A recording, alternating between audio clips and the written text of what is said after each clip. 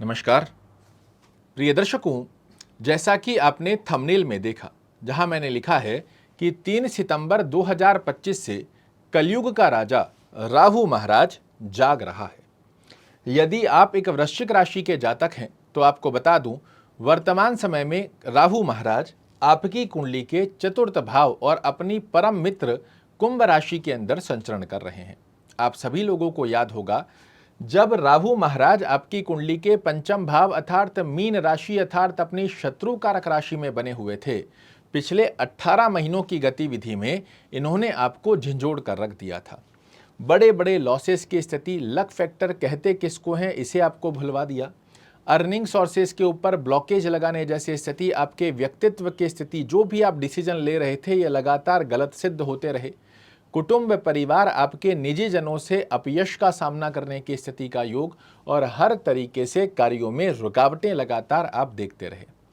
18 मई 2025 को इन्होंने मीन राशि को छोड़कर कुंभ राशि में प्रवेश किया है और यहाँ से आप देख रहे हो राहु महाराज ना आपके लिए कुछ अच्छा कर पा रहे हैं ना कुछ खराब कर पा रहे हैं, किंतु ये तारीख जो मैंने आपको थंबनेल में लिख कर दी है कि 3 सितंबर 2025 से राहु जाग रहे हैं, ये आपके लिए बड़े सुंदर स्वरूप को दर्शा कर देते हैं। और एक बात से आपको और अवगत करा दूं, वृश्चिक राशि और वृश्चिक लग्न वाले जातकों के लिए पूरे 18 साल के सर्कल को घूमकर जब राहु महाराज आपके लिए कुंभ राशि में आते हैं, यही एक 18 महीने की गतिविधि होती है जिस स्थान पर बैठकर राहु महाराज वृश्चिक राशि वाले जातकों के लिए अच्छी अवस्था बनाते हैं। अन्य स्थानों पर तो ये आपके लिए समस्याओं के पहाड़ तोड़ते ही रहते हैं। ऐसे में राहु की स्थिति जागृत अवस्था में 30 डिग्री से ऊपर बढ़ती हुई 23 डिग्री में 3 सितंबर को आपके लिए प्रवेश करने जा रही है और इस साल के 4 महीने, अगला पूरा 2026, इन 16 महीनों की गतिविधि के अंदर राहु महाराज इस स्थान पर बैठकर आपके लिए क्या बड़े परिवर्तन लेकर आ रहे हैं, एक एक कर समझ लीजिए। और इस ग्रह को समझना आपके लिए अति आवश्यक होता है। आप देखिएगा, 3 सितंबर के पश्चात राहु महाराज की स्थिति वृश्चिक राशि वाले जातकों के लिए जनता में आपको अचानक से यश, मान और प्रतिष्ठा दिलाना प्रारंभ करेगी। जनता से संबंधित कार्य गतिविधि के अंदर आपके लिए बड़े अच्छे लाभ निकाल कर देती है। यदि आप राजनीति से जुड़े हुए हैं तो आपके लिए बड़े अच्छे योग बना कर देगी। भौतिक सुखों में वृद्धि कारक अवस्था का योग ये कलयुग का राजा आपके लिए निर्मित करता है। कोई भूमि, भवन, वाहन, गाड़ी, घोड़ा खरीदना चाह रहे हैं, काफ़ी समय से प्लान कर रहे थे, पूर्ण नहीं हो पा रहा था, ये राहु महाराज जिन्हें रातों रात व्यक्ति के लिए सपनों को साकार करने का ग्रह माना जाता है, ये आपके लिए भौतिक सुखों में वृद्धि इन 16 महीने की गतिविधि में अवश्य रूप से कर देंगे। पैतृक संपत्ति से संबंधित यदि कोई विवादास्पद स्थिति चल रही है, इसे समाप्त करेंगे। माता के स्वास्थ्य में पुष्टता का योग बनाकर देने की बाध्यता भी राहु महाराज इस स्थान पर बैठकर वृश्चिक राशि वाले जातकों के लिए निर्मित कर रहे हैं। राहु देव के पास में देवगुरु बृहस्पति की तरह ही 3 दृष्टियां होती है। जहां ये बैठते हैं वहां से 5वें घर को देखते हैं, 7वें घर को देखते हैं और 9वें घर को देखते हैं। ऐसी स्थिति के अंदर 1, 2, 3, 4, 5, ये 5वां घर है और ये स्थान क्या है, तो ये है ऑब्स्टेकल का स्थान, ये है मानसिक तनाव की स्थिति का स्थान, ये है गुप्त धन प्राप्ति का स्थान, ये है ऑकल्ट और हायर एजुकेशन का स्थान, और इसे आयु स्थान या कई लोग इसे मृत्यु स्थान भी कहते हैं। इस स्थान पर जब राहु महाराज की दृष्टि का योग आएगा, ये आपके लिए किसी भी प्रकार के आकस्मिक लाभ की गतिविधियों को बना कर देंगे। हायर एजुकेशन, ऑकल्ट की तरफ आपका रुझान बढ़ाएंगे। एक सांसारिक मोह माया से कैसे व्यक्ति बाहर निकलकर सत्यता को स्वीकार करता है, इसकी बहुत अच्छी जानकारी आपके लिए बनाकर देते हैं। पिछले समय में जो बड़े बड़े कार्यों में रुकावटें आ रही थी, एक्सपेक्टेशन के अकॉर्डिंग रिजल्ट की स्थितियां कमजोर हो रही थी, बनते बनते कार्यों में रुकावटें देखने को मिल रही थी, इस स्थिति को भी बड़ा अच्छा लाभान्वित योग बना कर देते हैं। यहाँ एक अवस्था का माइनस योग ये है, थोड़ा थोड़ा चीज़ों को डिले होने की स्थिति बनाते हैं, और दूसरी अवस्था ससुराल पक्ष की स्थिति से कहीं ना कहीं तनावग्रस्त अवस्था का योग आपके लिए निर्मित कर देते हैं।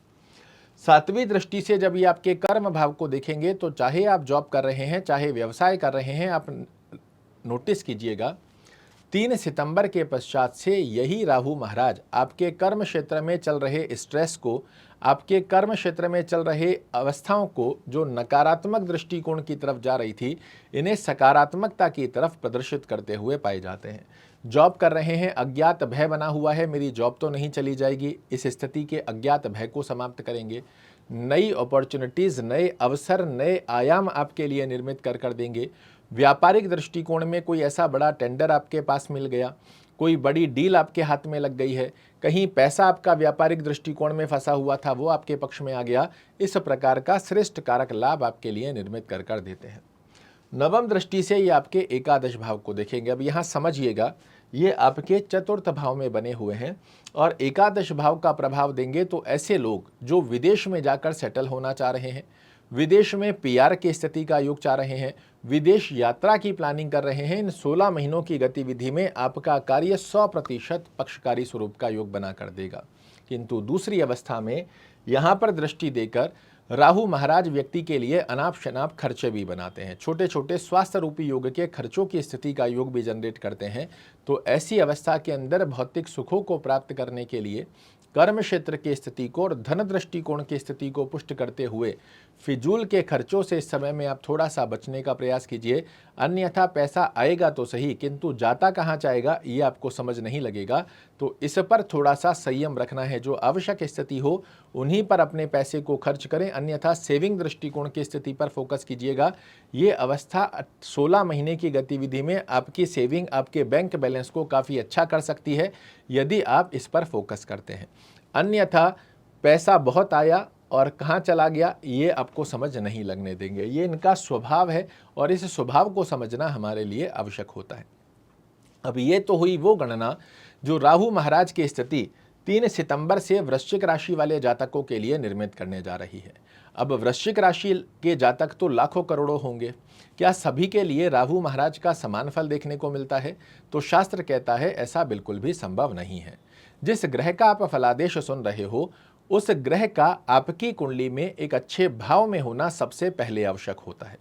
ऐसी स्थिति में अगर आपके पास आपकी कुंडली है, थोड़ा सा कष्ट कर अपनी कुंडली खोल लीजिए, और अगर नहीं है, आपको date of birth, time of birth, place of birth पता है, तो कोई भी एप्लीकेशन एस्ट्रोलॉजी की डाउनलोड कर लीजिए, उसमें अपनी डिटेल फिल कीजिए, आपके पास ऐसी कुंडली बनकर आ जाएगी। ऐसा मैं इसलिए कह रहा हूँ क्योंकि मैंने कहा कि जिस ग्रह का फलादेश आप सुन रहे हैं उसे आपकी कुंडली में जानना, समझना कि हमारे लिए कैसा फल देगा, ये अति आवश्यक होता है। अन्यथा बहुत बड़ी बड़ी बातें तो हर तरफ आपको YouTube, Facebook पर सुनने को मिल जाएगी, किंतु सत्यता के स्वरूप को समझना यहाँ सबसे ज़्यादा जरूरी है। इसको साइंस की तरह जब आप समझना प्रारंभ करते हैं तो ये अंधविश्वास नहीं कहलाता। अन्यथा ढकोसलेबाजी तो बहुत तरफ चल रही है, उससे बचकर साइंस की तरह इसे समझने का प्रयास कीजिए।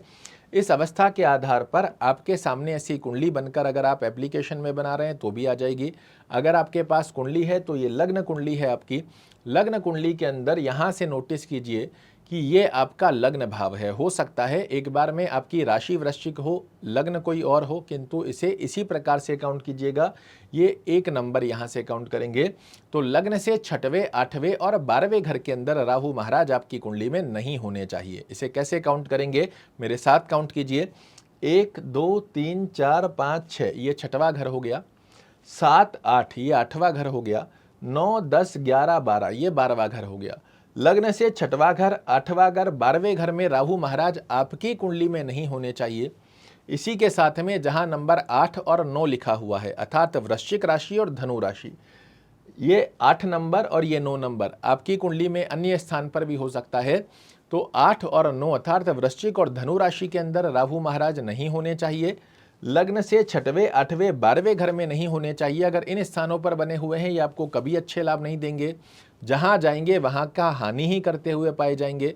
किंतु इन स्थानों को छोड़कर जहां कहीं आपकी कुंडली में राहु महाराज अन्य स्थान पर बने हुए हैं, ये 16 महीनों की गतिविधि निश्चित रूप से आपके लिए जीवन में बहुत बड़े बदलाव लेकर आती है।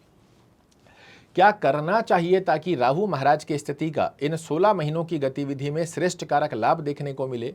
एक बात और आपको बता दूं, इसमें किसी प्रकार का संकोच नहीं है। अगर एक बार हम मान ले कि राहु महाराज आपकी कुंडली में नीच के बने हुए थे, 6, 8, 12 में बने हुए हैं, तो जितना कष्ट आपके लिए मीन राशि में बैठकर राहु महाराज ने निर्मित किया, उससे तो बहुत अधिक मात्रा में रिलीफ आपके लिए बनकर आता है इनका कुंभ राशि में आना, किंतु फिर भी श्रेष्ठ कारक अवस्था का योग ये उन्हीं लोगों को प्रदान करेंगे जिनकी कुंडली में 6, 8, 12 या नीचस्थ अवस्था में नहीं है। इस स्थिति के आधार पर हमें राहु महाराज के लिए क्या क्या उपाय करने चाहिए ताकि इनका श्रेष्ठ कारक लाभ आपके लिए निर्मित होकर आए। ओम रांग रहवे नमः का रोजाना एक माला जाप करना प्रारंभ कीजिए। एक मोर पंख आप अपने गद्दे के नीचे लगा कर रखिए जहां आप सोते हैं। रॉक सॉल्ट जो सेंधा नमक होता है डली वाला, इसके 5-7 छोटे छोटे टुकड़े कांच की बाउल में डालकर अपने ही रूम में साउथ वेस्ट कॉर्नर में रखिए। हर 1 महीने में पुराने नमक को फ्लश कर देंगे, नया नमक फिर से डालकर रखते हैं, इसका बड़ा अच्छा योग बनकर आता है। एक अवस्था को और समझिए, यदि राहु महाराज आपकी कुंडली में 6, 8, 12 या नीचस्थ अवस्था में बने हुए हैं तो ऐसी स्थिति के अंदर शनिवार के दिन 2 बैंगन और थोड़ी सी राई, ये आप घर के आसपास में कोई शिवालय हो, शिव मंदिर हो, वहाँ यदि अर्पित करते हैं, ये भी राहु की स्थिति का एक बड़ा अच्छा योग बनकर आता है। अगर आपकी कुंडली में 6, 8, 12 नीचस्थ अवस्था में राहु महाराज नहीं है तो सिर्फ आप राहु का जाप कीजिए, मोरपंख रॉक सॉल्ट वाला प्रयोजन कर लीजिए, घर को साफ सुथरा रखिए। जितना ज़्यादा क्लीन रहेगा आपका घर, आपका बाथरूम, डस्टिंग आपकी घर में प्रॉपर सिस्टम में होती रहनी चाहिए। जितनी क्लीननेस आप अपने घर में, अपने ऑफिस में, अपने व्यापार स्थान पर बनाकर रखते हैं, उतने ज़्यादा सकारात्मक दृष्टिकोण राहु महाराज के देखने को मिलते हैं। इस गणना को अपनी कुंडली में चेक करने के पश्चात में आपको स्पष्टीकरण में क्लियर हो जाएगा कि राहु महाराज आपकी कुंडली में कैसे फल देने वाले हैं। आशा करता हूँ मेरे द्वारा दी गई ये जानकारी आपको पसंद आएगी। कल फिर से एक नई जानकारी लेकर आपके सामने उपस्थित होऊंगा। तब तक के लिए नमस्कार।